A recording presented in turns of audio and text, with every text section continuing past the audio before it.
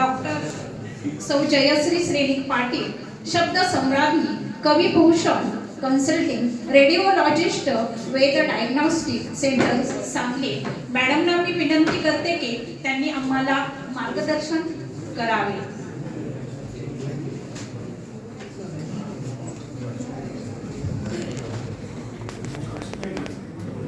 आजच्या कार्यक्रमाच्या प्रमुख पाहुणे डॉक्टर सौ जयश्री श्रेणिक पाटील मॅडम.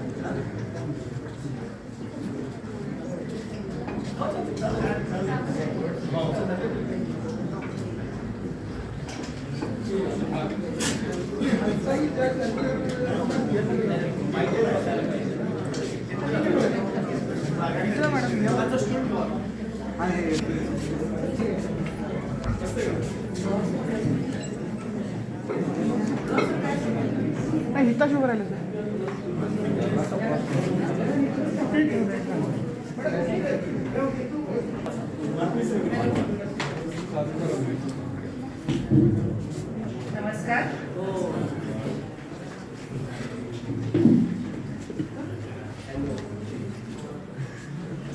नारी शक्तीचा सन्मान म्हणून संसदेत 33% महिलांचं आरक्षणाचं बिल झालं आहे पास. नारी शक्तीचा सन्मान म्हणून संसदेत 33% महिलांचं आरक्षणाचं बिल झालं आहे पास. डॉक्टर श्रेणिक पाटलांचं नाव घेते. सांगलीहून इकडे कराडला तुमच्या कॉलेजमध्ये आले. तुमच्या पारितोषिक वितरणासाठी खास तुमच्या पारितोषिक वितरणासाठी. नमस्कार. व्यासपीठावरील आपले आदरणीय, ज्यांनी आज खूप चांगला सुसंवाद आपल्या विद्यार्थ्यांशी बरोबर केलेला, त्याच्या कार्यक्रमाचे प्रमुख, सन्माननीय प्रमुख कॅप्टन प्रोफेसर प्राचार्य महेश गायकवाड साहेब. कार्यक्रमाचे अध्यक्ष, ज्यांनी कार्यक्रमाचं नियोजन केलेलं आहे, आपले सर्वांचे आदरणीय प्राचार्य professor doctor Satish Gadge sir. माजी प्राचार्य, ज्यांचे चिरंजीव पण रेडिओलॉजिस्ट आहेत, प्रोफेसर जयेश पाटील सर. ज्यांनी कार्यक्रमाचं आयोजन केलं, मला इथं यायचं ठरवलं, ज्यांच्यामुळे मी आज इथे आले, ज्या माझ्या सुरुवातीपासूनच्या फॅन आहेत, हे नंतर मला तासगावच्या कार्यक्रमामध्ये कळलं, आणि ज्यांच्या आग्रहाला मानून मी इथं आले, त्या तुमच्या सर्वांच्या लाडक्या मराठी विभागाच्या उज्ज्वला मॅडम. व्यासपीठावरील विद्यार्थी प्रतिनिधी, शिवाजी विद्यापीठाच्या पल्लवी, पाठीमागे असलेले सर्व कॉलेजचे सन्माननीय प्राचार्य, आजी माजी प्राध्यापक, इथं ज्यांनी आता देवदत्त सरांनी खूप छान अहवाल सांगितला. कारण सगळ्या ह्या पारितोषिक वितरणामध्ये महत्वाचं काय असतं तर हा अहवाल वाचन महत्वाचं असतं, आणि त्याच्यातून सगळ्यांनाच एकमेकांची गुणवत्ता आणि ओळख होऊन जाते, आलेल्या पाहुण्यांना पण आणि तो उपस्थित असलेल्या सर्वांना पण. तर हे व्यासपीठावरील सर्व सन्माननीय, ज्यांच्याकडून आपला सन्मान होतोय, ज्यांनी खूप मोठ्या मनानं आपल्याला दिलेला आहे, सन्मान बहाल केलेले आहेत, सन्मान चिन्ह दिलेले आहेत, बक्षीस दिलेले आहेत, हे सर आहेत. सर्व काही गावचे, चचेगावचे सरपंच, उपसरपंच आहेत, आणि इथं कार्यक्रमासाठी ज्यांच्याशिवाय कार्यक्रम पूर्ण होत नसतो ते सर्व कॉलेजचे आपले शिक्षक, सर्व शिक्षकेतर स्टाफ, सर्व कर्मचारी स्टाफ आणि विद्यार्थी मित्र मैत्रिणींनो. मी मित्र मैत्रिणींनोच म्हणणार, बंधू भगिनींनी नाही म्हणणार. आणि आज इथं ज्या सभागृहामध्ये आज माझं व्याख्यान होतंय, खरंच खूप आनंद होतोय की शिक्षण वर्षी ज्यांनी ज्ञान, विज्ञान आणि संस्काराचा वसा सर्व समाजावर पोचवलेला आहे, आपल्या मनावर ठसवलेला आहे, आणि त्या सुशीला देवींच्या, त्यांच्या संस्काराच्या, संस्कार मातेच्या नावच्या हॉलमध्ये आज आपलं माझं व्याख्यान होतंय. मनस्वी खूप आनंद होतोय, कारण जतच्या पण शिक्षण संस्थेमध्ये, मिरजेच्याही शिक्षण संस्थेमध्ये, आणि आज परत कराडच्या शिक्षण संस्थेमध्ये मला प्रमुख पाहुणा म्हणून यायचा जो योग आला, त्याबद्दल मनाला झालेला आनंद शब्दात मी सांगू कसा. मनाला झालेला आनंद शब्दात मी सांगू कसा. वसंतात गाणारा कोकी जसा, वसंतात गाणारा कोकी जसा. मी डॉक्टर जयश्री श्रेणिक पाटील. मॅडमने 21 पानं काही सांगितली नाहीत, आणि मॅडम त्याचा मला आनंद झाला, कारण बोलायला जास्त वेळ मिळतोय त्यामुळं. परंतु महत्वाचा मुद्दा असा आहे की डॉक्टर म्हटलं की तुम्हाला असं वाटेल की मी आता काहीतरी औषध गोळ्यांचा डोस सांगणार आहे का. अजिबात काळजी करू नका, कारण मी औषध गोळ्याची डॉक्टरच नाहीये. सांगलीची पहिली महिला रेडिओलॉजिस्ट आहे मी. रेडिओलॉजिस्ट म्हणजे x ray, sonography, CT scan, MRI ची तज्ज्ञ आहे. आणि माझे पती डॉक्टर श्रेनिक पाटील हेही x ray, sonography, CT scan, MRI चे तज्ज्ञ आहेत. माझ्या कन्या आहेत आता तुमच्या वयाच्या 25 वर्षाच्या डॉक्टर राजकुमारी Shrenik Patil. DY Patil medical college पुण्याहून MBBS केले त्यांनी आता. आणि आता PG नीट त्यांना सर्जन व्हायचंय. जुलैला PG नीट एक्झाम आहे, त्याची त्या तयारी करतात. आणि चिरंजीव राजनील राजे आज आता MBBS 3rd इयरला सांगली भारती मेडिकल कॉलेजला आहे. मला सांगायला आनंद होतोय, माझंही शिक्षण ह्याच भूमीमध्ये झालेलं आहे. आज मी तुमच्यापेक्षा मोठी जरी असले तरी आज मनानं मी तुमच्याच वयाची झालेली आहेच. कारण कृष्णा वैद्यकीय महाविद्यालय कराडमध्ये माझं MBBSचं शिक्षण झालेलं असल्यामुळं ह्या गावाशी, ह्या कराडशी म्हणजे जुनी नाळ जवळलेली आहे. त्यामुळे मी इतक्या व्यस्त व्यापातून पण मॅडमच्या व्याख्यानाचं निमंत्रण मी अगदी कुठलाही विचार न करता एका सेकंदामध्ये मी व्याख्यान स्वीकारलेलं आहे. कारण मी आज बाल न्याय मंडळ सदस्य जज म्हणून काम करते. माझ्या सामाजिक कामातून राज्यपाल नियुक्त मी 18 वर्षाखालील जे बाल गुन्हेगार आहेत त्यांना सजा द्यायची, त्यांना बेल द्यायचं किंवा त्यांना ऑब्झर्वेशन होममध्ये, ज्याला आपण रिमांड होम म्हणतो, तिथे टाकायचं, तिथे ठेवायचं, त्यांचं रिहॅबिलिटेशन करायचं. तर हे माझं काम असतं. तर ह्या इतक्या व्यस्त व्याप चालू असतं, त्याच्यातून मी आज आपल्यासाठी इथं आलेले आहे. अखिल भारतीय मराठी साहित्य परिषदेची मी पश्चिम महाराष्ट्राची अध्यक्ष आहे, चित्रकार आहे, संगीतकार आहे, अभिनेत्री आहे. आता अभिनय म्हणजे काय, तर आता टीव्हीला एक सिरियल येते महावीर भगवानांच्या नावची. तर त्या महावीर भगवानांच्या आई राजमाता त्रिशला देवीच्या रोलसाठी, भूमिकेसाठी माझी निवड झालेली आहे. ह्या पुस्तकामध्ये तो फोटो आहे. आणि सांगायला अभिमान वाटतो की जेव्हा माझी त्रिशला देवीसाठी निवड झाली तेव्हा डिरेक्टरांची टीम आलेली, त्या सर्वांना मी म्हणाले की माझ्या नवऱ्याचं काम कोण करणार. राणी म्हटलं की राजा आलाच ना. तर XYZ अभिनेता आहे असं जेव्हा डिरेक्टर म्हणाले की कॉन्ट्रॅक्ट साईन करायचं आहे, 1000 एपिसोड 3 वर्षाचं कॉन्ट्रॅक्ट साईन करायचं होतं, मी त्यांना नम्रपणे फक्त एवढीच विनंती केली की मला मानधन सिरियलचं काही देऊ नका. फक्त माझी नम्रपणे विनंती असेल की या सिरियल मधला राजा जो असेल तो माझा नवराच असू देत. डॉक्टर श्रेनिक पाटलांना तो रोल मिळालेला आहे. आणि म्हणून मला खूप प्राऊड वाटतो की प्रत्येक स्त्रीनं जेव्हा ती मॅरिड झालेली असते, लग्न होईपर्यंत आई वडिलांचं सगळं योगदान असतं तिच्या जडणघडणीसाठी, पण लग्नानंतर ती घडते ते केवळ तिच्या नवऱ्यामुळे घडते. आणि म्हणून मी माझ्या व्याख्यानाची सुरुवात असो शेवट असो मी माझ्या नवऱ्याचं नाव घेऊन करते. कारण आज मी इथं उभी आहे ते माझ्या नवऱ्यामुळे आहे. कारण माझे सोनोग्राफीचे पेशंट, एक्सरेचे पेशंट, सिटी स्कॅनचे पेशंट आज जे आहेत ते तिकडे करत आहेत. तर आज खूप आनंद होतोय, आयुष्य खूप सुंदर आहे. तर हे सगळं करत असताना मी गाणं पण गाते. आताच 14 तारखेला व्हॅलेंटाईन डे झाला फेब्रुवारीला, रुपेरी वाळूत मनांच्या बडात मी गाणं गायलेलं आहे. आणि तुम्हाला मॅडमने सांगितलंय आणि मी परत सांगते, काल पण मॅडमला मी मेसेज केलेला की आपल्याकडे येणाऱ्या पाहुण्या कोण आहेत हे विद्यार्थ्यांना समजू देत. तर माझा डॉक्टर जयश्री श्रेनिक पाटील नावाचा YouTube चॅनल आहे, तर त्याच्यावर आपण सगळी माझी व्याख्यानं असतील, सोशल कल्चरल प्रोग्राम असतील. आता मॅडम जेव्हा मगाशी म्हणाल्या की जागतिक सौंदर्य स्पर्धा जिंकलेल्या आहेत, तत्पूर्वी मी सांगू इच्छिते की 2019ला महाराष्ट्राची सौंदर्य सम्राज्ञी कोल्हापूर विजेती मी आहे. आणि मेडिक्विन 2020 Mrs Maharashtra unique personality winner आहे. म्हणजे 5 जिल्ह्यातल्या पूर्णतः सगळ्या 65 डॉक्टर महिलांमधून मी जिंकलेली आहे. आणि 2022ला 12 देशातल्या 25 सौंदर्य सम्राज्ञी थायलंड इथे संपन्न झालेल्या जागतिक सौंदर्य स्पर्धा म्हणजे Mrs diva world wide international, त्यामध्ये we queen heritage beauty Mrs diva ह्या टायटलची मी विनर आहे. अशी 3 क्राउन आहेत माझ्याजवळ. हजारो व्याख्यानं झालेली आहेत. आणि प्रामुख्याने मला आनंद होतो सांगायला की मी खूप छान सुगरण आहे. आणि ते सगळे व्हिडिओ माझ्या चॅनलवर आहेत, अगदी भाकरीपासून भोगीच्या भाजीपर्यंत सगळं आहे. आणि त्याचा मला अभिमान आहे. डॉक्टर म्हणण्यापेक्षा मला जास्त म्हणून सुगरण मला म्हणायला खूप आवडतं. आणि जात्यावरच्या ओव्या उखाण्याची पाळण्याची मी लेखिका आहे. माझ्या आईकडून मला हा वारसा मिळालेला आहे. मौखिक उखाणे ओव्यांचा आईकडे खूप मोठा खजाना आहे. आणि वाळवे तालुक्यातलं हे माझं माहेरचं गाव.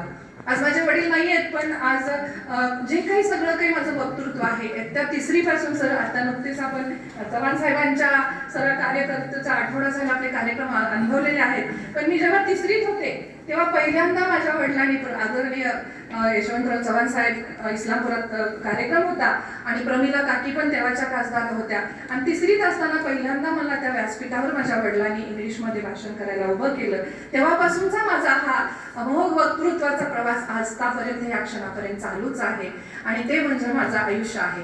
तर आज मी हे सांगायचं तात्पर्य हे आहे की पारितोषिक वितरणाला प्रमुख पाहुणे म्हणून आपण बोलावलं जातो तेव्हा आपली तेवढीच प्रेस्टिज असते आणि तेवढं आपलं कार्यकर्तृत्व आपलं वलयांकित असं नाव असतं आणि घेणाऱ्यांना ते प्रेरित व्हावं आणि म्हणून अशा पद्धतीनं हे सांगणं महत्त्वाचं वाटतं.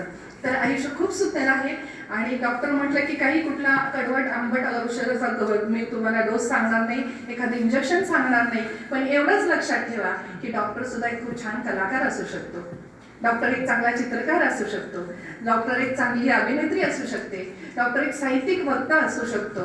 आणि ह्या सर्वांचा विचार करून आज मला आपल्या प्राचार्यांनी, आपल्या कॉलेजच्या सर्व टीमनी आणि आपण सर्वांनी मला इथं प्रमुख पाहुण्या म्हणून बोलावलं, मला मान जो दिला त्यामुळं मनाला झालेला आनंद खूप इतका मोठा आहे की मी तो शब्दात सांगू शकत नाहीये.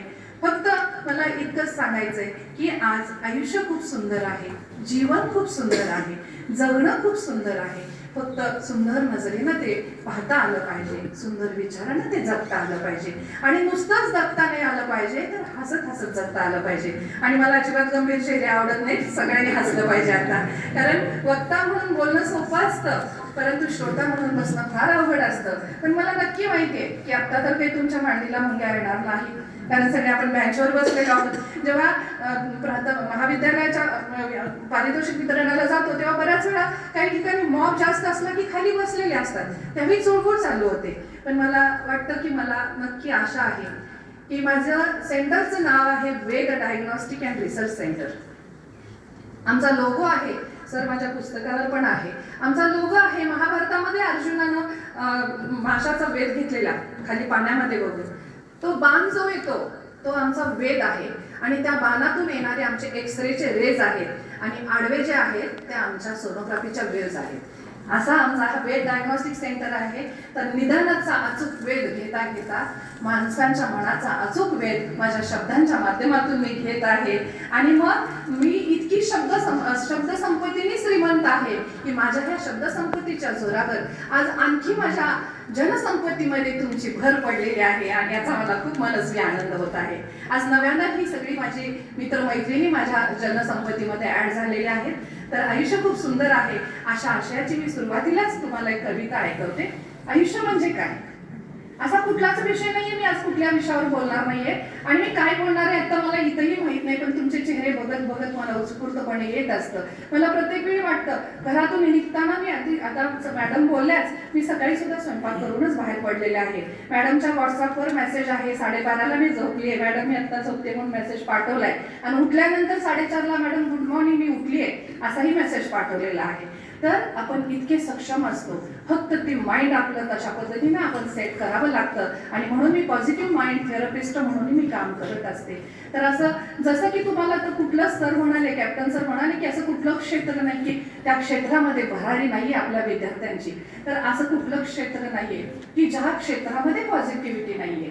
त्यामुळं आज सगळं पॉझिटिव्हली आपण सगळं ऐकायचंय. तुमच्या सहनशीलतेचा मी अंत नक्कीच पाहणार नाही. You know very well we can't touch the words, but you know very well we can't touch the words, but words can touch your heart and mind, and I have quite confidence that my words will touch your heart and mind. वक्त्यांना कशाची अपेक्षा असते? हारांची, फुलांची, shawl कशाची अपेक्षा नसते. वक्त्यांना अपेक्षा असते फक्त टाळ्यांची अपेक्षा असते. आपण सर्वांनी नाश्ता केलेला आहे का? आणि मला अजिबात राग येणार नाहीये. मी आधीच तुम्हाला विचारते की मी जास्त वेळ बोलू का कमी बोलू हे तुम्ही ठरवायचं, पण मला इतकी खात्री आहे की तुम्हाला किती वेळ गेला हे नक्की कळणार नाही. तर ऐका, आयुष्य म्हणजे काय? आयुष्य म्हणजे कुंजात वेग. ज्यांना कुणाला रेकॉर्ड करायचं आहे तुम्ही बिनधास्त सगळं रेकॉर्ड करू शकता. युट्यूबच्या चॅनलवर माझे हे दादा सगळे हे करणारच आहेत, अपलोड करणारच आहेत. तरी सुद्धा पर्सनली तुम्हाला करायचं असेल करू शकता. आयुष्य म्हणजे कुंजात वेल. आयुष्य म्हणजे कुंजात वेल, वेलीचं फूल, फुलाची पाकळी. आयुष्य म्हणजे पाकळीचा रंग, रंगाचा सुगंध. आयुष्य म्हणजे रंगाचा सुगंध, सुगंधाची दरवळ. आयुष्य म्हणजे दरवळीचा आनंद. आयुष्य म्हणजे दरवळीचा आनंद, आनंदाचे तरंग, तरंगाचे तुषार. आयुष्य म्हणजे तुषारांची बरसात. आयुष्य म्हणजे तुषारांची बरसात, बरसातीची धुंदी. आयुष्य म्हणजे बरसातीची धुंदी, धुंदीची नशा, नशेचा ताण. आयुष्य म्हणजे नशेचा ताण, तालांचे सूर आणि सुरांचे असतात शब्द. आयुष्य म्हणजे सुरांचे असतात शब्द आणि शब्दांची असते जिथे गोडी, आणि शब्दांची असते जिथे गोडी तिथेच दमते तुमच्या आमच्या भावभावनांची होडी. तिथेच दमते तुमच्या आमच्या भावभावनांची होडी. आज इथे मराठीचे दिग्गज कॅप्टन साहेब आहेत, मराठीच्या प्रोफेसर मॅडम आहेत. परंतु मला सर सांगायला अभिमान वाटतो की मी एकदा 10वी पर्यंत इंग्रजी माध्यमातून शिकून इस्लामपूर सेंटरला प्रथम आलेली आहे, पण 12वीला KBP कर्मवीर भाऊराव पाटील कॉलेज मराठी विषयात 88 गुण मिळून पण प्रथम आलेली आहे. आणि आज मराठी राजभाषा दिन आपण साजरा केलेला आहे. लंडन अमेरिकेपर्यंत मी जाऊन आले, पण मला माझ्या मराठीचा प्राऊड वाटतो. बऱ्याच वेळा मी इंग्लिश मीडियमला शिकले हे मी विसरून जाते, कारण जो गोडवा ह्या मराठीमध्ये आहे तो गोडवा मला नाही वाटत की कुठल्या जास्त इतर भाषेमध्ये असेल. तर आज इतकं सुंदर आयुष्य आहे, ते आयुष्य कसं जगायचं. सरांनी खूप सुंदर परिसराची गोष्ट सांगितली, हिऱ्याची गोष्ट सांगितली. आज ह्या महाविद्यालयातून खूप असे चांगले चांगले हिरे आणि हिरकणींची निवड झालेली आहे. त्यांना आज पारितोषिक देऊन त्यांचा सन्मान होणार आहे. शिक्षण महर्षी बापूजी साळुंखेंची दूरदृष्टी बघा. आज प्रतिकूल परिस्थितीमध्ये तुम्ही ह्या पाटण तालुक्यामधलंच त्यांचं रामपुरी गावातून त्यांचं शिक्षण झालं, पण किती मोठे द्रष्टे होते की आज लाखो महाराष्ट्रातली मुलं ज्यांची कपॅसिटी नाही अशी शिक्षण घेत आहेत ह्या स्वामी विवेकानंद संस्थेअंतर्गत, आणि त्यातून असे कितीतरी सुंदर सुंदर हिरे आणि हिरकणी बाहेर पडलेले आहेत. तर आज हिरे आणि हिरकणींचा हा इथं सत्कार समारंभ होत असताना मला इतकं सांगायचं आहे की आयुष्य कसं जगायचं हे आज तुम्हाला समजणं गरजेचं आहे. कारण तुम्ही कितीही मोठे व्हा, कितीही तुमच्याकडे संपत्ती असेल, कितीही तुमच्याकडे राजवाडा असेल, बंगला असेल, गाडी असतील, घोडा असतील, सगळं जरी असलं तरी सुद्धा तुम्ही शिक्षणानं किती समृद्ध आहात, शब्द संपत्तीनं किती समृद्ध आहात ते खरं महत्वाचं आहे. जर तुम्ही शिक्षणानं समृद्ध असाल, शब्द संपत्तीनं समृद्ध असाल, तर जगाच्या पाठीवर तुम्हाला कुणीही मागं खेचू शकत नाही आणि कुणी तुम्हाला मागे टाकू शकत नाही. पण हे शिक्षण घेत असताना आपण कशा पद्धतीनं शिक्षित व्हायचं, आपली ध्येय काय, आपली स्वप्न काय, आपलं घरातलं वातावरण काय, आपला परिसर काय, आणि आपण कोण आहोत आणि आपण काय करतोय याची मात्र जाणीव कॉलेजमध्ये असताना होत नसते. बरोबर आहे ना? कधी कधी हे मनच असं आहे, हा टर्निंग पॉइंट आहे तुमच्या आयुष्याचा. प्रत्येक जण ह्या स्टेज मधून जातो, त्यावेळी आपण हायपर एक्साइटेड असतो, कारण ते नॅचरल असतं. नैसर्गिक हार्मोन सिक्रेशन झालेले असतात बॉडीमध्ये, आपण त्यामुळे हायपर एक्साइटेड असतो. पण त्यावेळी आपल्याला समजत नाही की आपल्या आयुष्यातला अमूल्य वेळ आपण वाया घालवत असतो. आणि मग जेव्हा वेळ निघून जाते तेव्हा मात्र आपल्याला वाटतं की हो, मी त्यावेळी हे करायला हवं होतं, ते करायला हवं होतं. आणि मग अशाची एक मला उत्स्फूर्त कविता आठवते बघा. आम्ही येतो कॉलेजला अभ्यास नाही करायला, आम्ही येतो कॉलेजला अभ्यास नाही करायला, लेक्चरला दांडी मारून कॅन्टीन मध्ये चरायला, लेक्चरला दांडी मारून कॅन्टीन मध्ये चरायला. आम्ही येतो कॉलेजला करिअर आमचं घडवायला, आम्ही येतो कॉलेजला करिअर आमचं घडवायला, कॉलेजच्या नावाखाली पैसा बापाचा उडवायला, कॉलेजच्या नावाखाली पैसा बापाचा उडवायला. आम्ही येतो कॉलेजला अभ्यास नाही करायला, आम्ही येतो कॉलेजला अभ्यास नाही करायला, आणि रेव पार्टीच्या नावाखाली नाहक जातो मरायला, रेव पार्टीच्या नावाखाली नाहक जातो मरायला. आणि मग एक दिवस असा येतो जाणीव मनाला करून जातो, मग एक दिवस असा येतो जाणीव मनाला करून जातो. मग कॉलेज मधल्या उन्हाळकीचा मग मनाला पश्चाताप होतो, कॉलेज मधल्या उन्हाळकीचा मग मनाला पश्चाताप होतो. ह्या शेवटच्या ओळी आपल्या आयुष्यामध्ये येऊ नये म्हणून आतापासूनच तुम्ही सजग होणं गरजेचं आहे. हा आनंद सोहळा संपन्न होत आहे. आनंदाची डोही, आनंद तरंग, आनंद हा प्रत्येकाच्या मनामध्ये सामावलेला असतो. प्रतिभा ही प्रत्येकाकडे असते. माणूस जन्माला आल्यानंतर तो रडत येतो, पण जेव्हा तो जातो तेव्हा दुसऱ्यांना रडवून जातो, आणि त्यामधला पिरियड असतो हे आयुष्य असतं. तर ह्या प्रतिभा आणि कलाविष्कार प्रत्येकाकडे असतो. देवानं प्रत्येकाला काही ना काही कला दिलेली असते. फक्त त्या प्रतिभेला, त्या कलेला चालना मिळायची असेल तर असे पारितोषिक वितरण कार्यक्रमाच्या निमित्तानं ती चालना मिळत असते. कारण जसं पाण्यामध्ये वीज असते पण पाण्याला गती दिल्याशिवाय विजेची निर्मिती होत नसते. ताकामध्ये लोणी असतं, पण ताकाला उसळल्याशिवाय त्याला मूर्त स्वरूप येत नसतं. तसंच तुमच्यामधल्या कलेला वाव दिल्याशिवाय, प्रेरणा दिल्याशिवाय, प्रेरित केल्याशिवाय, तुम्हाला गती दिल्याशिवाय तुमच्यातला कलाविष्कार जागृत होत नसतो. आणि ह्या पारितोषिक वितरणाच्या ह्या समारंभाच्या निमित्तानं तुमच्यातली जी कला आहे त्या कलेला आज ह्या महाविद्यालयाकडून प्रेरित केलं जाईल. तर ती कला काय आहे तुम्ही आज शोध लावा. आज एक पारितोषिक घेतलं, आज देवदत्त सरांनी सांगितलं 313 झाले, परंतु प्रत्येकानं वैयक्तिक किती पारितोषिक मिळवली, वैयक्तिक आपलं मूल्यांकन काय आहे, आपण कुठे आहोत, कुठल्या टप्प्यामध्ये आहोत, हे प्रत्येकानं स्वतःला विचारणं गरजेचं आहे. आज सरांनी खूप छान आजी विद्यार्थ्यांच्या बरोबर सुसंवाद साधला. तशा पद्धतीनं मला इतकंच डॉक्टर म्हणून सांगायचं की आपण स्वसंवाद कधी करता का? समजतंय ना तुम्हाला स्वसंवाद म्हणजे? तुम्ही स्वतःशी कधी बोलता? बघा, हात वरती करा कोणी. विद्यार्थी हात, आपण पण प्राध्यापक सर आहे तर आपण बघा, एक सरांनी हात वरती केला, सरांना विचारा स्वसंवाद म्हणून त्या विद्यार्थ्यांच्या अगदी कमी बोट आलेत वरती, तर लक्षात घ्या. सर आपण नंतर त्यांना एक्सप्लेन करा. तर स्वसंवाद करण्यामुळं आयुष्यामध्ये खूप काही आपण कमावू शकतो. खूप कुठं आपली जी काही ध्येय आहेत, जी आपली स्वप्न आहेत, त्याच्यापर्यंत आपली उत्तुंगाशी भरारी आणि झेप घेऊ शकतो. पण आज आपण सुसंवाद पण विसरलोय आणि स्वसंवाद पण विसरलोय, आणि त्याला कारण फक्त आपला मोबाईल आहे. बरोबर आहे ना? आहे ना? बरोबर. तर आज टेक्नॉसिवी झालोय, तितका फायदा पण आहे. ज्याच्याकडं फायदा असतो तिथं तोटा असतो, तेवढाच तोटा आहे. कारण सुसंवाद पण विसरलोय, स्वसंवाद पण विसरलोय. आणि म्हणून मला सांगायचं की स्वतःचं आज परीक्षण करायला पाहिजे. आणि ह्याच्याबरोबर आपण काय घेतलंय तर मोबाईलमुळे आपला स्ट्रेस वाढत चाललेला आहे, मोबाईलची टॉक्सिसिटी झालेली आहे.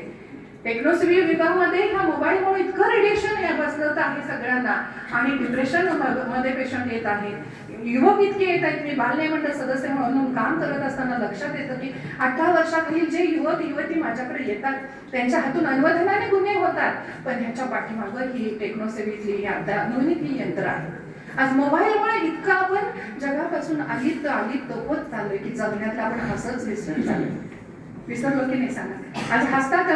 आज लहान मूल जन्मलं की जन्मापासून तो वयात येईपर्यंत 360 वेळा बाळ हसत असतं.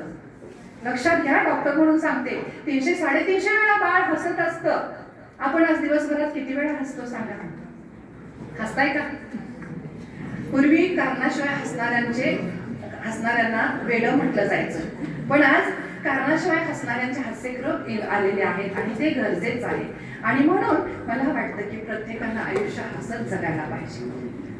मला हास्यवीर म्हणून पण मला किताब मिळालेला आहे, म्हणून मला तुम्हाला सांगायचं आहे की चेहऱ्यावर हसा आणा, असे गंभीर चेहरे करून बसू नका. मला जिकडे तिकडे कॉलेजला आज मला इथं सर खूप आनंद झाला की ते सगळेच प्राध्यापक स्टाफ, सर्वच प्रोफेसर स्टाफ सगळे खूप छान हसऱ्या चेहऱ्याने माझं स्वागत केलेलं आहे. पण माफ करा, काही ठिकाणी असं पण मी पाहिलेलं आहे की एक छानसे असे शिक्षक येतात, शिक्षिका येतात, विषय खूप सुंदर असतो, काव्य काहीतरी शिकवायचं असतं, एखादी गोष्ट सांगायची असते, पण चेहरा मात्र असा मख्ख करतात.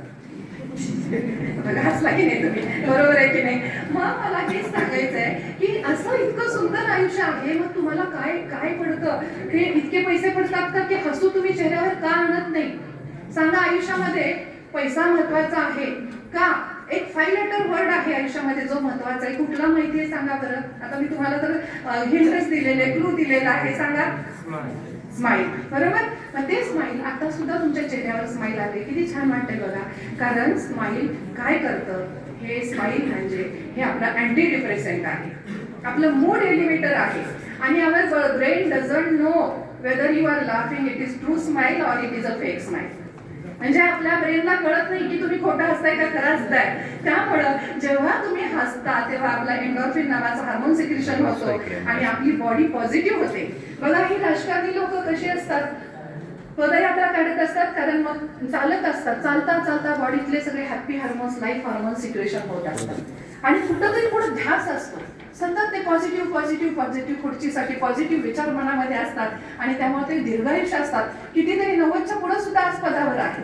पण आपण स्ट्रेस घेतो. आपल्याला ध्येय करडवायचे आहे ना, ध्येयाकडे जायचं आहे ना, तर स्ट्रेस अजिबात घेऊ नका. Do whatever you have happily. तुम्ही आयुष्य आधी झेलायला शिका, आयुष्य स्वीकारायला शिका. Take life as it comes. पण तुम्ही काय करता? आपल्याला काय दिलंय ते बाजूलाच राहतं. तिच्याकडे काय आहे, त्याच्याकडे काय आहे, हे आपण कंपॅरिझन करत असतो. सरांनी खूप छान गोष्ट सांगितली, त्यामुळे मलाही टेम्पटेशन झाले. मी खूप छान गोष्ट सांगते. दिल्लीला ब्रह्मोद्योग कॉन्फरन्स होती अखिल भारतीय ब्राह्मण महासंघाची. त्यामध्ये how to live life happily माझं व्याख्यान सिलेक्ट झालेलं. त्यातली एक इंग्लिश माझी ही कथा आहे, मी तुम्हाला मराठीमध्ये सांगते. Crying crow. तुम्ही ऐकलंय काय? रडणाऱ्या कावळ्याची गोष्ट माहिती आहे काय कुणाला? रिपीट व्हायला नको. जरी माहिती असेल काहींना तरी बाकीच्यांना माहिती नाही. ती खूप अर्थपूर्ण आहे, आपल्या जीवनाशी खूप सुसंगत आहे. Don't compare your self with others, ह्याचा हा मतितार्थ आहे. ऐका काय झालं. एकदा वन्स अपॉन अ टाइम हा एक कावळा झाडावर बसलेला आणि रडत होता. आणि झाडाखाली एक साधू महाराज बसलेले आणि त्यांच्या हातावर अश्रू पडले. त्यांनी वरती पाहिलं, काय झालं तर ते बघितले की कावळा रडतोय. ते त्याला म्हणाले, my friend crow, why are you crying? तो क्रो म्हणाला, monk, I am not happy with my life. I am so sad. God has done injustice with me. म्हणजे मी माझ्या आयुष्यामध्ये सुखीच नाहीये. देवाने माझ्यावर अन्याय केलाय. का? तर मला काळा कुट्ट केलेला आहे. माझ्याकडे कुणी बघत नाही. Everyone hates me, nobody looks at me, and so I am very unhappy. मग ते ऐकलं. ते साधू महाराज म्हणाले, माझ्याकडे अशी एक जादू आहे की तुला मी दुसऱ्या बर्डमध्ये ट्रान्सफर करू का? कावळ्याला खूप खुश झाला, तो खूप आनंद झाला. ठीक आहे म्हटला, करा. बिफोर दॅट मला साधू म्हणाले की माझी एक अट असेल की तू जा आणि तिकडे सरोवरामध्ये बदक पोहत आहेत त्यांच्याकडे जाऊन त्याला भेटून ये आणि मग मी तुला दुसऱ्या पक्षामध्ये रूपांतर करतो. क्रो फ्लो हवी हॅपीली. अगदी छान उडत उडत उडत तो त्या तळाकडे गेला. पांढरा शुभ्र तिथे बदक पोहत होता. बदकाकडे बघितलं. कावळ्याला परत वाईट वाटलं की किती सुंदर असा शुभ्र असा हा बदक आहे आणि मी किती काळा आहे. आणि तो म्हणाला, my friend, I think you are the luckiest bird on this अर्थ.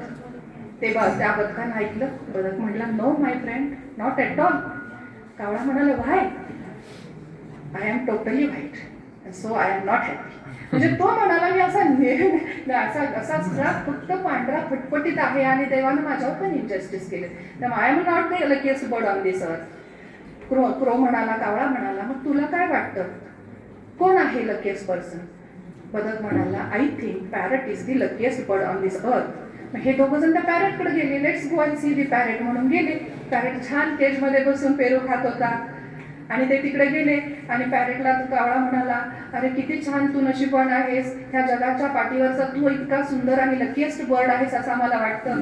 हिरवा छान तुला पिसारा पंख दिलेले आहेत, लाल चुटूक तुझे ओठ आहेत, चोच आहे, पेरू खातोयस, लोक तुझ्याशी संवाद करतात, बोलतात, मला तर सगळे शुकशुकच करतात. हे ऐकलं. पॅरेट म्हटला, no no my friend, I am not at all happy. कारण मला केजमध्ये बंद केलेलं आहे. तुमच्यासारखी मला भरारी घेता येत नाहीये. सो मला नाही वाटत की मी लकी आहे. मग तू कोण वाटतं तुला लकी आहे? पॅरेट म्हणाला, I think peacock is the luckiest bird on this earth. हे सगळे गेले पिकॉकडं. सर्कस चालू होती आणि त्या पिकॉकचा म्हणजे मोराचा खूप सुंदर नाच चालू होता. हजारो पब्लिक त्याचा नाच बघायला तिथं आलेलं. हे बघून आणखी कावळा डिप्रेस झाला आणि त्याच्याकडे एक पण माणूस बघत नाही. तर मोराचा डान्स बघायला हजारो माणसं आले त्या सर्कशीमध्ये. मग तो मोराकडे गेला. मोराला म्हटला, my friend, I am not happy and I think you are the luckiest bird on this earth. हे ऐकल्यानंतर मोर म्हणाला, why do you think like that? तर हा म्हणाला की तुला इतके सुंदर वरदान दिलेलं आहे मोरपंखाचं, मोरपिसाचं, इतकं सुंदर नृत्य तू करतोस, तुझ्यासाठी हजारो लोक बघतात. आणि मग त्या मोराच्या डोळ्यात पाणी आलं. मोर म्हणाला, I am not happy at all. जे मला वरदान मिळालेलं आहे तेच मला शाप आहे. माझा जेव्हा पंख माणसं काढतात, माझं जेव्हा मोरपीस पंख असं काढतात आणि घराचं सुशोभीकरण करतात, इंटिरियर डेकोरेट करतात, जेव्हा एखाद्या शोकेसमध्ये माझी पंख लावतात, तेव्हा मला ते पंख काढताना होणाऱ्या वेदना मात्र कोणाला दिसत नाही. माझं सौंदर्यच फक्त दिसतं आणि त्यामुळे मी नाही समाधानी. I am not the lucky bird on this earth. हे सगळं ऐकलं. मग कावळा म्हणाला, तुला नंतर मग काय वाटतं की तुझ्या दृष्टीनं की कोण लकीएस्ट बर्ड आहे या जगामध्ये? बघा मोर काय म्हणाला, my friend crow, I think you are the luckiest bird on this earth. कावळ्याला प्रश्न पडला की असं का मोर म्हणाला? कारण नोबडी लुक्स ॲट यू. तुला कुणी पिंजऱ्यामध्ये घालत नाही पोपटासारखं, तुला कुणी असं नाचवत नाही, तुझे पंख कुणी असं उपडून काढत नाहीये आणि तुला असं बंधनात कुणी ठेवत नाही. तुझ्या मनात आलं तर तू एक कुठेही असा जगावर भरारी घेऊ शकतोस. तुझ्या मनात आलं तर तू एका बाजूला लपून बसू शकतोस. तुला वाटलं तर तू सरळ मातेनं कुठेही जाऊ शकतोस. नोबडी बॉदर्स ॲट यू आणि तुला कुणाचं बॉदरेशन राहत नाही.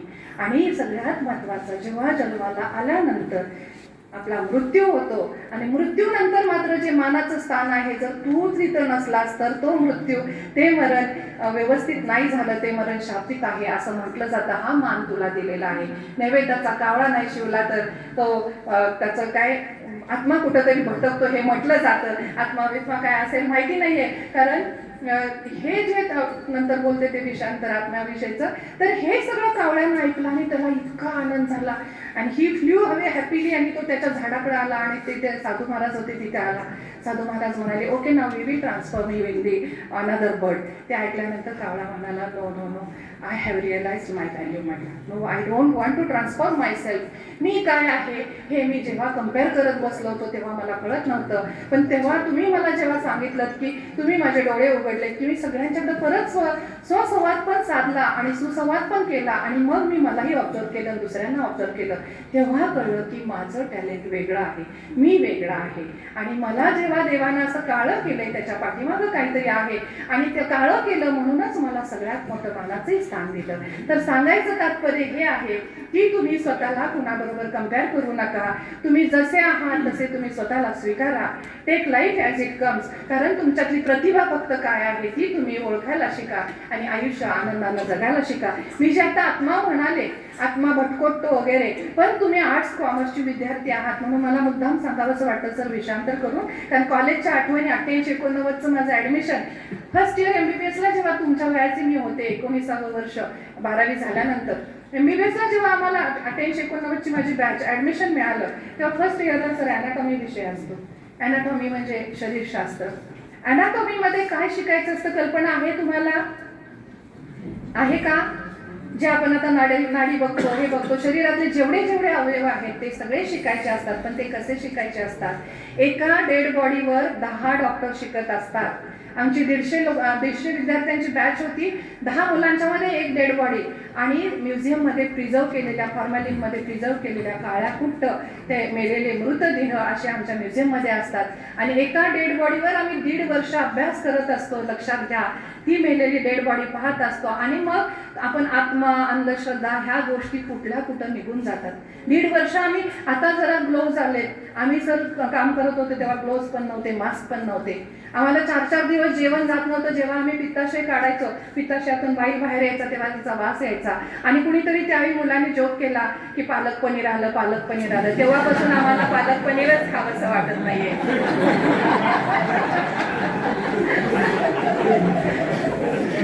बघा किती छान वाटलं ना, सांगायचं होतं, हसलात की नाही सांगा. मला फक्त हसायलाच आवडतं. बघा काही ठिकाणी प्रसंग येतात, कुठं भेटायला जायचं, मॉर्निंगसाठी जायचं, मॉर्निंग म्हणजे कुठंतरी श्रद्धांजली दुखवण्यासाठी, तेव्हा मला प्रश्न पडतो की गंभीर कसं राहायचं.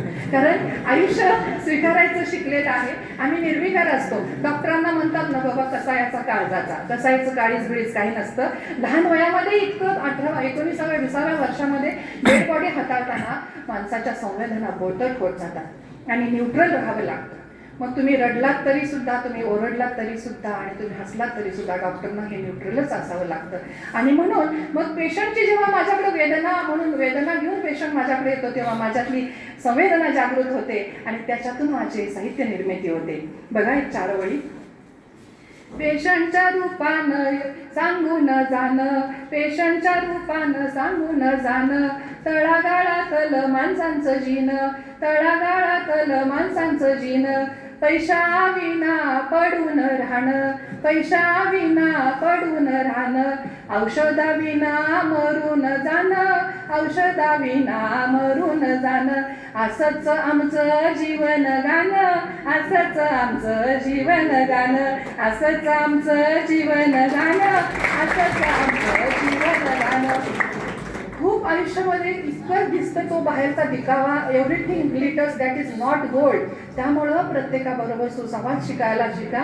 सोनोग्राफीचे डॉक्टर असल्यामुळे बऱ्याच वेळा सर काही प्रतिष्ठित घरातल्या महिला भगिनी पण येतात की आमचं काही दुखत नाहीये पण आम्हाला घरात इतकी बंधनं आहेत आणि आम्हाला काहीतरी बोलायचं आहे, आम्हाला आउटलेट पाहिजे म्हणून मॅडम आम्ही तुमच्याकडे आलेलो आहे. आज कुकरला शिट्टी नाही वाजली तर कुकर भात करपून जातो, तसं आज माणसाच्या मनाला आउटलेट असणं गरजेचं आहे आणि त्यासाठी माइंड एम्प्टी करणं गरजेचं आहे. आहे. आज प्रत्येक तरुण व्यक्तीमध्ये आज इतकं डायबिटीस आणि ब्लड प्रेशरचं प्रमाण वाढलेलं आहे सर, कारण आज आउटलेट कमी झालेले आहे. आज मैत्रीमध्ये प्रत्येकजण आज कुठं ग्रुप आहे, गट आहे, प्रत्येकाच्या मध्ये वाद आहे, सुसंवाद तर अजिबात नाही. त्यामुळं मला इतकंच सांगायचं की जगाकडे लक्ष देऊ नका, समाजाकडे लक्ष देऊ नका. कोकिळ कुहू गातं म्हणून सुन्न नाही व्हायचं, मोर थोई नाचतो म्हणून खिन्न नाही व्हायचं. आपल्या आयुष्यात काय करायचं हे आपणच ठरवायचं असतं आणि आपल्याला कसं पाहिजे ते आपण स्वतःच आपल्याला घडवायचं असतं. आज इथं मी तुमच्याकडे आलेली आहे आज multi talented multi versatile personality म्हणून मी आज तुमच्या समोर उभी आहे. आज मला सांगताना अभिमान वाटतो की आज मी इतकं सगळं काही मराठीमध्ये असेल, इंग्लिशमध्ये असेल, अभिनय क्षेत्रात असेल, चित्रकार क्षेत्रात असेल, गायन क्षेत्रात असेल, वैद्यकीय क्षेत्रात असेल, सांस्कृतिक क्षेत्रात असेल, सगळ्या क्षेत्रामध्ये मी आज सगळं करत आलेले आहे. कार्य करते आणि मोटिवेट करते. आणि माझ्या मोटिवेशनमधून काय मोटिवेशन जास्त झालं असेल तर आज बरेच वक्ते पण घडलेले आहेत आणि काही तरुण मुली आज सुगरणपणाकडे पण वळलेल्या आहेत. कारण आज पास्ता, मॅगी आणि नूडल्स ह्याच्याशिवाय मुलींना काही येत नाहीये.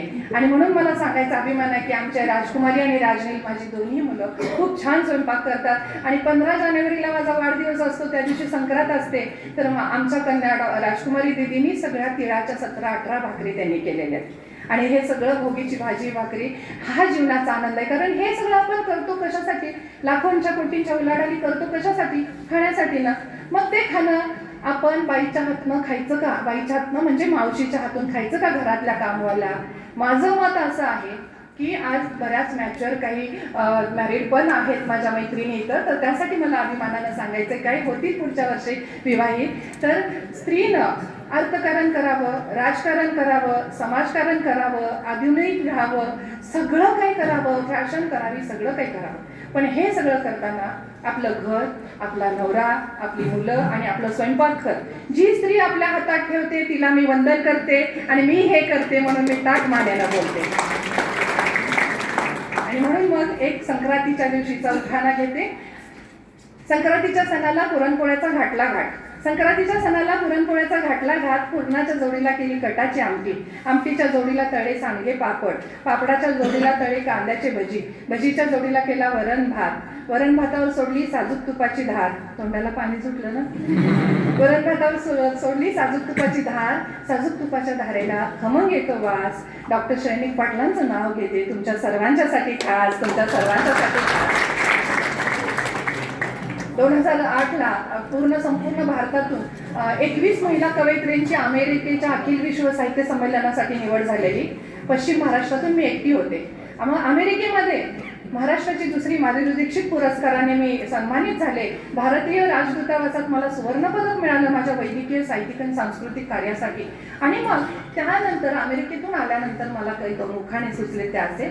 सांगलीतून गेले मुंबईला, मुंबईतून गेले दिल्लीला, दिल्लीतून गेले अमेरिकेला.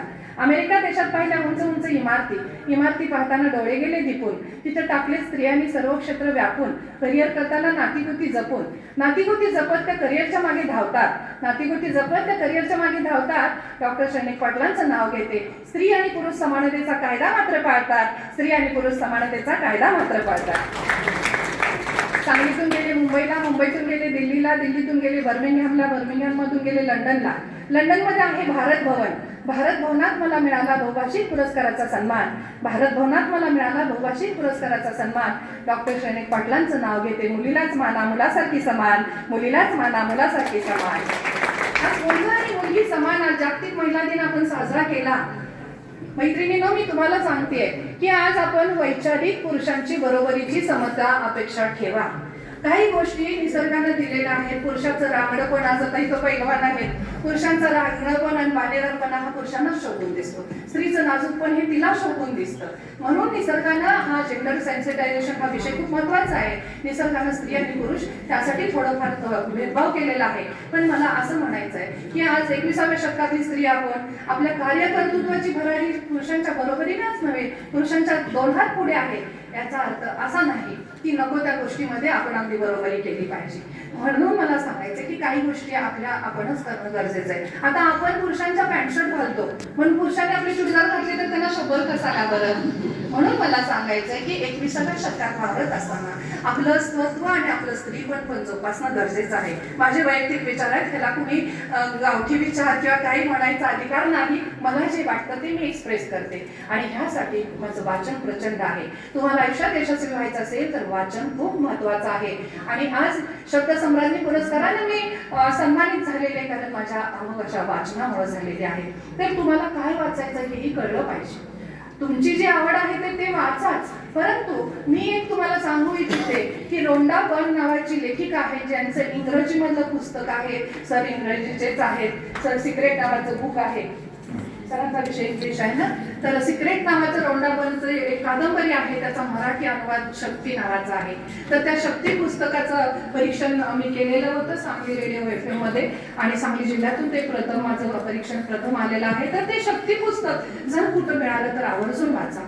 इंदिरा गांधी माझ्या जीवनातले आदर्श आहेत, अहिल्याबाई होळकर माझ्या जीवनातले आदर्श आहेत. ह्या दोघींची पण आत्मचरित्र आवर्जून वाचा. आणि तुम्हाला आशावादी आयुष्य जगायचं आहे, इतिहासामध्ये पण तुम्ही गेलं पाहिजे. हिटलरांचं आत्मचरित्र मी 10वीत असताना वाचलेलं, की शेवटच्या क्षणामध्ये सुद्धा मरता सुद्धा हिटलरला वाटत होतं की कुठून तरी रे ऑफ होप येत असेल असं. तर पॉझिटिव्ह आयुष्य जगायचं असेल तर हे शक्ती पुस्तक तुम्ही वाचणं गरजेचं आहे. आणि नुसतं शक्तीच पुस्तक नाही तर वाचाल ही म्हण तुम्हाला सगळ्यांना माहिती आहे. तर आज वाचनामुळेच आपण खूप काही करू शकतो. तर सर्वांगीण आपलं व्यक्तिमत्व कसं घडेल याचा तुम्ही विचार करा. छंद जोपासा. जर गायन करत असाल तर गायनाचं प्रॅक्टिस चालू ठेवा. मला एक कधी राग येतो, शक्यतो मी रागवत नाहीये कुणावर, पण मला वेळच नाही हो, मला वेळच नाही मिळाला, मी बिझीच होते, लेक्चरच होतं, घरात माझं कामच होतं, मिस्टरांनी वेळच दिला नाही, मुलांच्यात बिझी होते, किंवा सरांनी लेक्चरला उशिरा सोडलं. तर ही हसली कारणं आयुष्यात कधी कुणाला देत बसू नका. तुम्हाला मोठं व्हायचं आहे ना तर थोडंसं झोप कंट्रोल करा, थोडंसं स्वतःला संयम ठेवा. आता पेंग्याला नाही ना लागलेला तरी तर मोठं व्हायचं असेल तर झोप कंट्रोल करा. आम्ही आयुष्यामध्ये फक्त 5 तास, जास्तीत जास्त 5 तास ते 5.5 तासच झोपते आणि म्हणून मी एवढं करू शकते. अजूनही मला वाटतं की मला किती काय करायचंय. मी कीबोर्ड पण वाजवते. लक्षात घ्या, जेव्हा जागतिक सौंदर्य स्पर्धेचा मी मुकुट मिळवला तो सहजासहजी नाही मिळालेला. त्यासाठी टॅलेंट राऊंड होता आणि त्या टॅलेंट राऊंड मध्ये स्वतःचं टॅलेंट दाखवायचं होतं. आणि ह्या माझ्या 2 मुलांची आई असताना मी ढोलकीच्या तालावर ही लावणी केलेली आहे, माझ्या त्या युट्यूबच्या चॅनलवर आहे बघा. ते टॅलेंट नृत्य केल्यामुळे मला हा क्राऊन मिळालेला आहे. संघर्षाशिवाय, कष्टाशिवाय माणूस मोठा होत नाही. त्यामुळे कष्ट घ्या, संघर्ष करा, पॉझिटिव्ह दृष्टीने आयुष्याकडे बघा. आज आपलं महिलांच्यासाठी कायदे इतके आलेले आहेत की इथे सुद्धा महिलांची जास्त संख्या दिसते मला. आणि म्हणून स्त्री आणि पुरुषांच्या बरोबरीनं वागत असताना एक मला लेखी जीवनाचा ह्या पुस्तकातला सर पाळणा म्हणायचा मोह आवरलेला नाही, कारण तो पाळणा ऐकूनच आपल्या उज्ज्वला मॅडम प्रभावित झाल्या होत्या आणि त्यांनी खास करून सांगितलेलं की आमच्या मुलांच्यासाठी तो पाळणा ऐकवायचा आहे. पण सगळ्या दादांना माझी विनंती आहे की तुम्ही सुद्धा जो बाळी जो जोरे जो माझ्यासोबत म्हणायचं. पाळणा लेकीचा आहे. परंपरागत मराठीचे प्रोफेसर साहेबांना मी सांगू इच्छिते की परंपरागत सगळ्यांनी जो बाळा जो जोरे जो मनावर बिंबवलेला आहे. आणि हे माझं महाराष्ट्रातलं पहिलं पुस्तक आहे की शासकीय ग्रंथालयाला निवडलेलं आहे, कारण त्याच्यामध्ये मी लेखी जीवनाचा जो बाळी जो जोरे जो पाळणा म्हटलेला आहे. आणि रेकॉर्ड करा हा पाळणा. जिथं जिथं मुलीचा जन्म होईल तिथं तिथं बारशाला पाळणा लावा.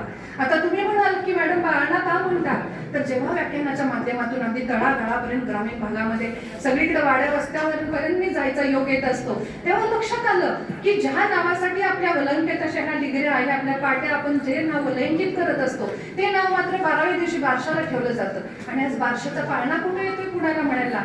आज युवा पिढीला ओव्या माहित नाहीत, उखाणे माहित नाहीत, पाळणे माहित नाहीत. मग असे सामाजिक आशयाचे काही 10-12 पाळणे म्हटले, त्यातला हा पाळणा रचलेला आहे. तर आता माझ्यासोबत पाळणा म्हणा. पुढं कंटिन्यू करू ना.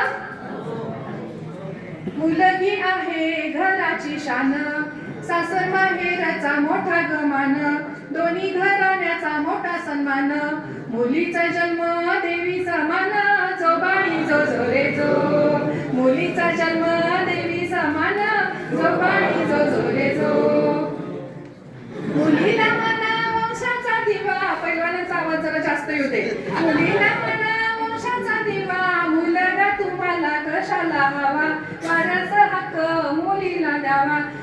मुलीचा जन्म नवसानं घ्यावा जो बाळी जो जोरे जो.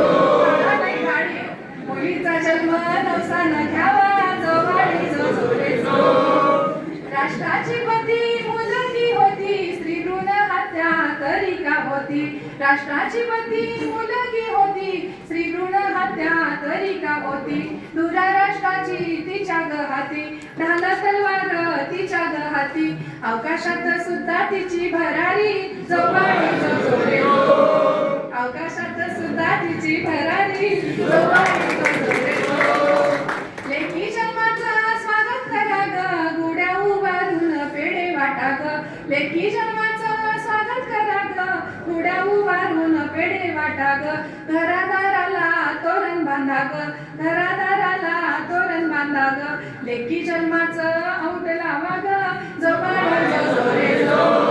लेकी जन्माचं औट लावा ग जो बाळी जो जोरे जो. लेकीचा जन्म देवी समान जो बाळी जो जोरे जो. धन्यवाद पैलवानांनी जो बाळी जो जोरे जो म्हटलं. कारण दादा लक्षात घ्या, आज ती लेक आहे, आई आहे तर तुमचा जन्म आहे. कारण आज स्त्री आहे तर जग आहे. आणि म्हणून स्त्री म्हणजे नवनिर्मितीची प्रेरणा आहे. स्त्री म्हणजे माया, स्त्री म्हणजे दया. तर आज गर्भाशयाचं वरदान निसर्गानं फक्त स्त्रीला दिलेलं आहे. आणि म्हणून मला सांगायचं आहे की आज लेकीच्या जन्माचं स्वागत हे गुढ्या उभारून पेढे वाटून आणि फटाक्याचे माळ लावून होणं गरजेचं आहे. तरच खऱ्या अर्थानं स्त्री भ्रूण हत्या रोखण्यास तर मदत होईलच. परंतु आज जागतिक महिला दिन 1 दिवसाच्या ऐवजी 365 दिवस जर साजरा करायचा असेल तर आज स्त्रीचं जन्माचं स्वागत पुरुषांच्या बरोबरीनं होणं गरजेचं आहे. असो तर मला इतकं सांगायचं आहे की आज तुम्ही आनंदानं आयुष्य जगायचं असेल तर तुमच्या आजपासून सगळ्या मनातल्या टेन्शन्स, चिंता, सगळं चिंतामुक्त व्हायचंय. टेन्शन्स मनातले काढून टाकायचे आहेत. अहो जन्माला येताना आपण काही घेऊन येत नाही. जन्म संपल्यानंतर मृत्यूनंतर पण आपण काही घेऊन जाऊ शकत नाही. अगदी हा श्वास सुद्धा आपण घेऊन जाऊ शकत नाहीये, जे इथल्या इथंच राहणार आहे. त्यामुळं न्यूट्रल राहायला शिका, आयुष्य आनंदानं जगायला शिका. आणि मग मला सांगा, आज तुमच्या सगळ्यांच्याकडे अँड्रॉइड फोन आहेत. फोन मधली मेमरी जर फुल झाली तर तुम्ही सगळे काय करता? डिलीट करता. आणि फोनसाठी काय करता? हँडसेट साठी काय करता? रिसेट करता. बरोबर? मेमरी क्लीन करता. बरोबर? तर आज आपलं मन पण तसं रिसेट करायला हवं ना. आपलं माइंड पण रिसेट करायला पाहिजे ना. आपल्या मनामध्ये वाईट विचार, चिंता, स्ट्रेस जे काही आहे ते सुद्धा आपल्याला डिलीट करायला पाहिजे ना. तरच मोबाईल जसा रिस्टार्ट केल्यावर स्टार्ट होतो तसं आपलं आयुष्य रिस्टार्ट करणं गरजेचं आहे. आणि मी परत सांगते की आयुष्य खूप सुंदर आहे. फक्त सुंदर नजरेनं, सुंदर विचारानं जगता आलं पाहिजे. तर चला मी तुमचं माइंड रिसेट करते. इथं बोट ठेवा सगळ्यांनी इथं बोट ठेवा आणि माझ्यासोबत म्हणायचं. आणि मनातले सगळं काही चिंता, स्ट्रेस सगळं काही जाणार आहे. मी तुमचं माइंड सेट करणार आहे. जेव्हा काही तुम्हाला टेन्शन आलं इथं बोट ठेवायचं आणि मला आठवायचं आणि म्हणा, या क्षणापासून मी टेन्शन फ्री आहे. या क्षणापासून मी चिंतामुक्त आहे. या क्षणापासून मी स्ट्रेस फ्री आहे. या क्षणापासून मी खुश आहे. मी आनंदात आहे. या क्षणापासून मी आनंदात आहे. मी हसत आहे. मी हसत राहणार आहे. मी निरोगी राहणार आहे. मी हसत राहणार आहे. मी हसत राहणार आहे. मी हसत राहणार आहे. बघा हसला की नाही? हसत राहा म्हणून म्हटलं म्हणून वाटेल त्याच्याकडे बघून हसू नका बरं का. हास्यवृत्ती अध्यक्ष छान झालं की नाही सांगा. नाहीतर मॅडम म्हटल्या म्हणून कोण दिसेल त्याच्याकडे हसत राहशील ना, तसं नाही. बाबा टेन्शन फ्री व्हायचं असेल तर हसा. आणि आज जे घरामध्ये आपले वडीलधारे आहेत, माझी आई सुद्धा आज 84 वयाची. आईला मी सांगते, आई नातवंडाची काळजी करायची, लेकीची करायची, जावयाची करायची, सुनांची करायची. सगळं झालं ना आयुष्य. किती वेळ हसते तू सांग म्हटलं आई? काहीच नाही हसत. मग आज हसणं गरजेचं आहे. तर हास्य क्लबचा नसेल आपण उपयोग करा. आज सिनियर सिटीजनच्यासाठी हास्य क्लब उपयोगाचा असणं गरजेचं आहे. कारण माणसं हसणंच विसरले. कारण सिनियर सिटीजनकडे थोडंसं दुर्लक्ष होते, निग्लिजन्स होतोय सगळे कामामध्ये. असं नाही की मुलांच्या मनामध्ये प्रेम आहे, सुनांच्या मनामध्ये प्रेम आहे, पण सेवा कोण करायची, त्यांना वेळ कुठला द्यायचा, प्रत्येक जण करिअर ओरिएंटेड आहे. तर त्यांच्यासाठी आज हास्य क्लब असणं गरजेचं आहे. तुम्ही हसताना किती छान दिसतायत सगळे, माहितीये का तुम्हाला? कारण हे स्माइल आहे ना, दिस इन्क्रीजेस युअर ब्युटी. लक्षात घ्या, this is a antidepressant, it elevates your mood. हसा, संगीत ऐका, गाणं म्हणा. संगीत सुद्धा प्रूव्हन झालेलं आहे. जेव्हा पेशंट आजारी असतो तेव्हा जर संगीत ऐकवलं, म्युझिक ऐकवलं तर तो स्ट्रेस फ्री होतो. त्यामुळे मला तुम्हाला सांगायचं आहे की आता परीक्षा जवळ आले, परीक्षेचं टेन्शन घेऊ नका, हसत हसत अभ्यास करा. जगातला सगळ्यात क्लिष्ट आणि अवघड अभ्यास म्हणजे आमचा मेडिकलचा अभ्यास आहे. 18 तास आम्हाला अभ्यास करावा लागतो. तुम्ही जेव्हा सगळे सण समारंभ एन्जॉय करता, सुट्टीला जाता, फिरायला जाता, आम्ही डॉक्टर लोक मेडिकल कॉलेजला असताना कधीच कुठं फिरायला जाऊ शकलो नाही. आम्हाला कधीच सुट्ट्या नसायच्या. दिवस आणि रात्र आम्ही पेशंटकडे आम्ही सेवा करत असायचो. आणि आता सुद्धा आमचं लाईफ काय आहे, आम्ही एक्सरे, सोनोग्राफी, सिटी स्कॅन, एमआरआयचे तज्ञ म्हणजे आमच्याकडे शेवटचाच पेशंट आहे. निदान जर व्यवस्थित झालं तर त्याची ट्रीटमेंट प्रॉपर होते. मेंदूमध्ये गाठ असेल, मेंदूला रक्तपुरवठा कमी असेल तर ते इन्फार्क्टचं पेशंट येतं, एमआरआयला येतं, सिटी स्कॅनला येतं, ऍक्सिडेंट झाला तर सिटी स्कॅनला येतं. पोटात जर अपेंडिक्स फुटली, खडा असेल, किडनीचा खडा असेल, काय झालं, सोनोग्राफीला पेशंट येतो. पडला, मुका मार लागला तर एक्सरेला पेशंट येतो. तेव्हा आम्ही काय बघतो, ह्या सगळ्या वेदनाच बघतो ना, पण त्या इथंपर्यंतच ठेवतो. जास्त आत आम्ही वेदना घुसून, मी तरी वैयक्तिक जास्त आत घुसून देत नाही. तिथे मी स्वतःला म्हणते, take life as it comes. त्यांच्या आयुष्यात ते घडणार होतं, माझ्या आयुष्यात हे घडणार आहे. आज उज्ज्वला मॅडमला क्रेडिट द्यायचं, त्यांच्यामुळे आज ही इतकी मोठी साखळी निर्माण झाली. मॅडमच्यामुळे आज मी इथं आले, आज माझ्यामुळे तुम्ही आज सगळे हसलात, तुमच्यामुळे आज आणखी तुमच्या घरचे सगळे हसतील. घरात जाऊन हे विचार ऐकवा. तर निसर्गात नियतीचा जो काही नियम आहे त्यानुसार हे सगळं घडत असतं. मी नियतीवादी विचाराची आहे, कारण डॉक्टर म्हणजे देव असतो, खरं देवाच्या हातात म्हणजे डॉक्टरच्या हातात 1% नसतो. 99% आम्ही प्रयत्न करत असतो. तुम्ही कोटी रुपये दिले की मॅडम हा पेशंट वाचवा, आम्ही करू शकत नाही. 1% असा असतो की some super imposing power is there which is controlling our life. आणि त्यामुळं इतकंच सांगायचं की आता आपण आहोत तर पुढचा next movement we don't know whether you are alive और वेदर आय विल अलाइव्ह. त्यामुळं आलेलं जीवन भरभरून जगा, महिनाट जगा, हसत जगा, आनंदात जगा. रस्त्याकडं चालताना इकडं तिकडं कुणाकडं बघू नका. समाजात वावरताना कुणाची पर्वा करू नका. आणि खास करून तुम्ही सगळे माझे ग्रामीण भागातले आहात. मी ग्रामीण भागातली आहे. आपली भावकी नावाचा प्रकार आहे, त्या भावकीच्या वादळशांना बळी पडू नका. भावकी काय म्हणे, आज महिला दिन आहे, मध्ये बायकांना म्हणावं फेटा घालूया, नाही भावकीतली नावं ठेवते. घातला तर फेटा, पण घरी जाताना काढून ठेवला, ते काढू नका, नको, भावकीतली नावं ठेवते. तर हे भावकी नावाचं एक वादळ असतं, ते वादळ बाजूला ठेवा. तर तुम्हाला जर आयुष्य आनंदानं जगायचं असेल तर कुणाचाही विचार करू नका. याचा अर्थ असा नाही की समाजापासून बाजूला जावा. मला इतकंच सांगायचं की जे जे तुमच्या मनाला पडतं ते ते जगा. Don't allow anybody to control or overpower your life. You are the owner of your life. त्यामुळं तुमचं आयुष्य तुम्ही स्वतः घडवा. लोकगीत आपण गाता. हा, म्हणते. धन्यवाद. मला वाटत होता तर इतका वेळ झालाय तर थांबावं, पण आपण इतकी डिमांड केली लोकगीताची. लेकी जीवनावरची माझी ओवी आहे, ऐकवते. आईच्या काळजाचा तुकडा असतो. दादा तुमच्यासाठी पण आहे गाणं, काही काळजी करू नका. तुमचे जर आज कोणाच्यात एकमेकांच्यात भांडण असतील, नुकताच आता व्हॅलेंटाईन डे झालेला आहे, तर ती भांडणं इथं सोडवा. तुमच्यासाठी चारोळी माझी देऊन जाते तुम्हाला गिफ्ट. आज जर एखाद्या मैत्रिणी बरोबर भांडण झालं असेल, मैत्रीण म्हणजे काय लगेच अफेअर असतं असं काही नाहीये. हेल्दी फ्रेंडशिप असते ना, आणि हेल्दी फ्रेंडशिप असावी. मित्रमैत्रिणींची हेल्दी फ्रेंडशिपला माझा सपोर्ट असतो, लक्षात घ्या. तर तुमच्या सर्व पैलवान दादांनी आज जोबाडी जोजोरे जो म्हटलेला आहे, तर एखादी जर तुमची मैत्रीण रुसली असेल तर तिला माझी चारोळी ऐकवा. राग रुसवा आबोला, राग रुसवा आबोला, रागातच असते खरी मजा.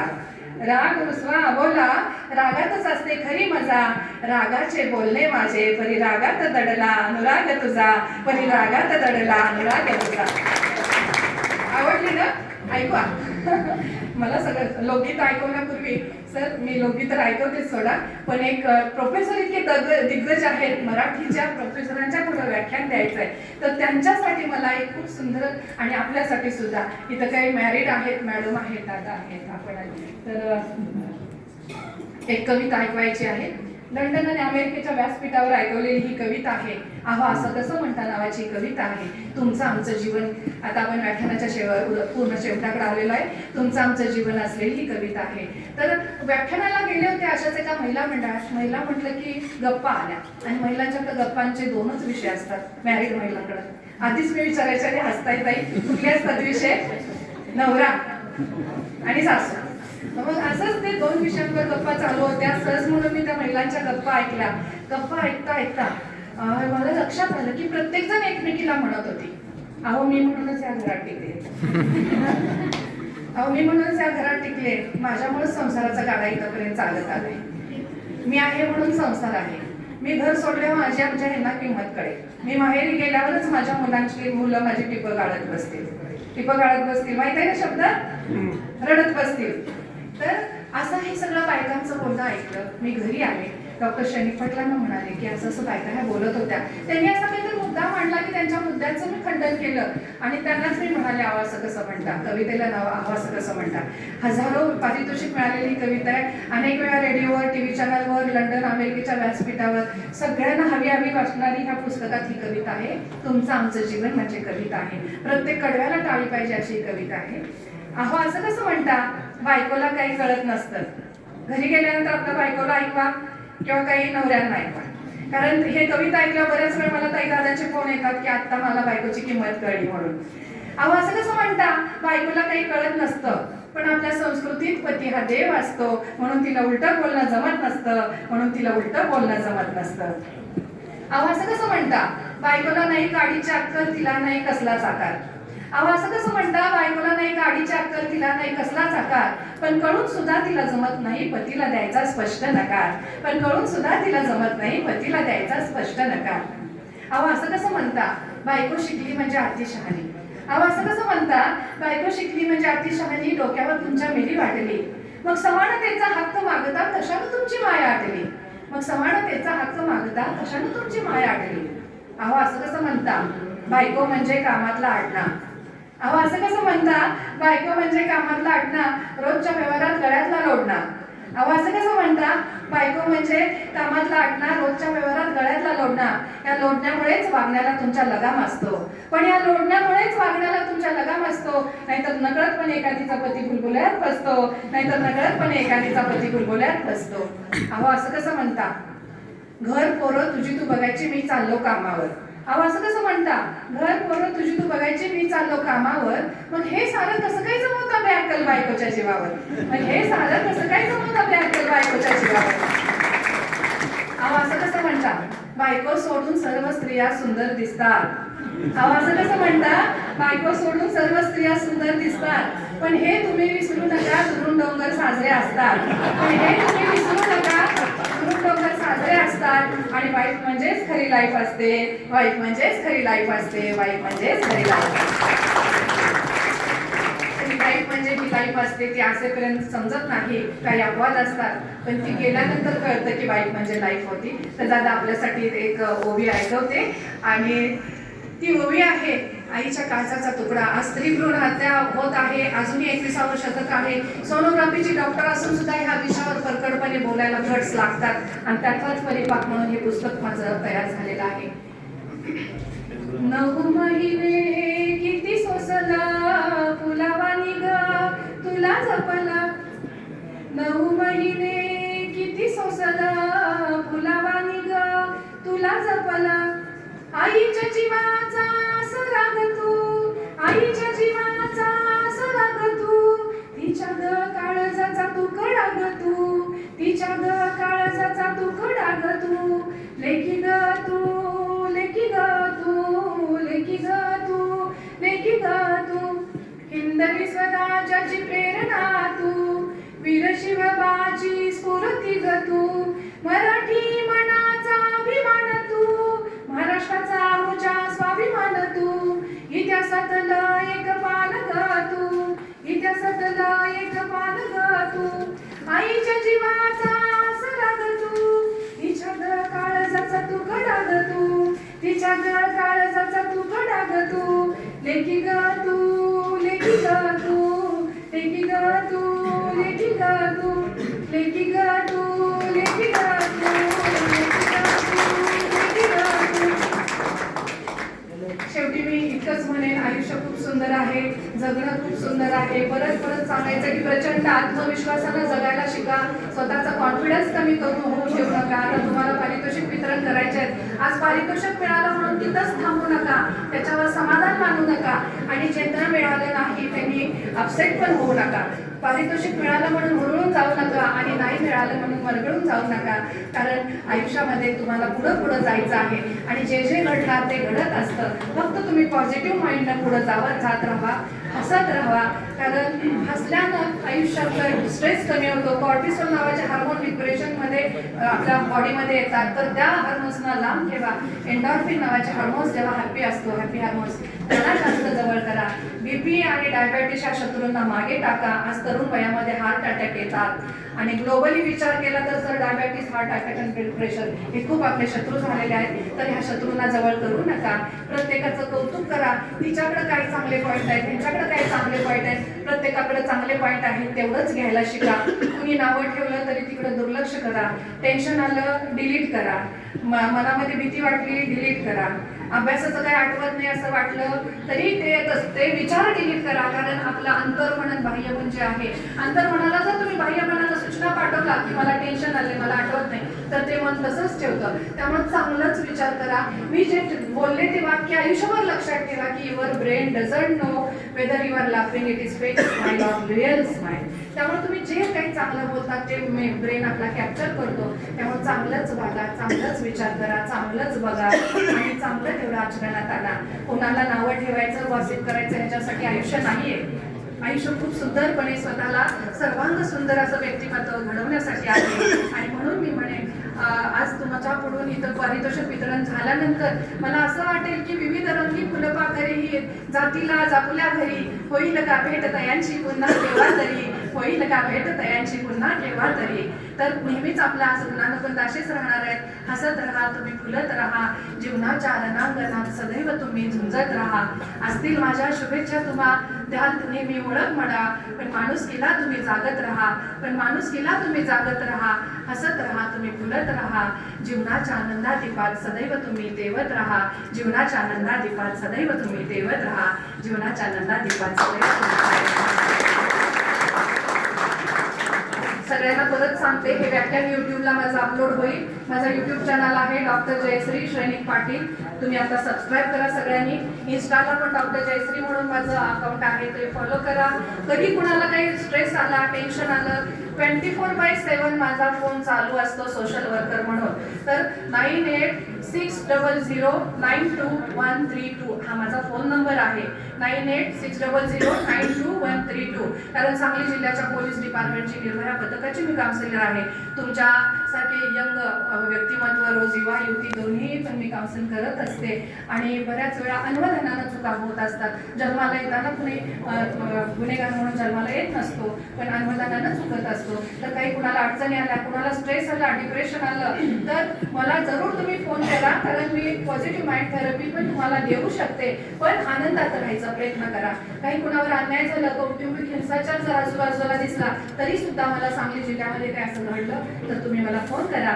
आणि जरी काही तुम्हाला अभ्यासाची काही मदत हवी असेल, वक्तृत्वाची मुख्य मदत हवी असेल, तर वक्तृत्व कसं करायचं, नेतृत्व वक्तृत्व कसं घडवायचं आणि व्यक्तित्व समाजापुढे कसं आणायचं, अशा आशयाचंही माझ्याकडून तुम्हाला नेहमीच मार्गदर्शन मिळेल.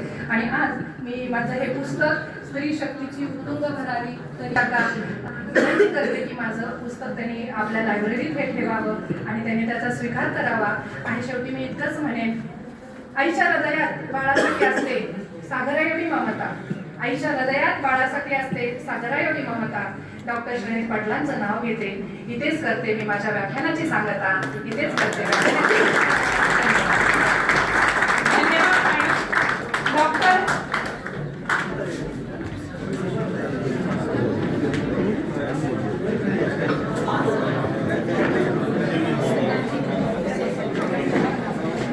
खूप धन्यवाद मॅडम. स्त्री शक्तीची उत्तुंग भरारी तरी ही स्त्री त्या का हे त्यांचं स्वलिखित पुस्तक महाविद्यालयास त्या भेट देत आहे. आपली शैली आणि आपलं वक्तृत्व याने निश्चित आम्हाला दिपवून टाकलं आणि जवळपास गेला तास दीड तास आम्ही त्याच्यामध्ये मग्न होऊन गेलो. इतकं सुंदर तुम्ही आम्हा सर्वांना मार्गदर्शन केलं आणि खरंच तुमच्याकडे पाहून जीवन सुंदर आहे हे आम्हाला पटलं. खूप खूप धन्यवाद. खूप छान मार्गदर्शन केलं मॅडम तुम्ही.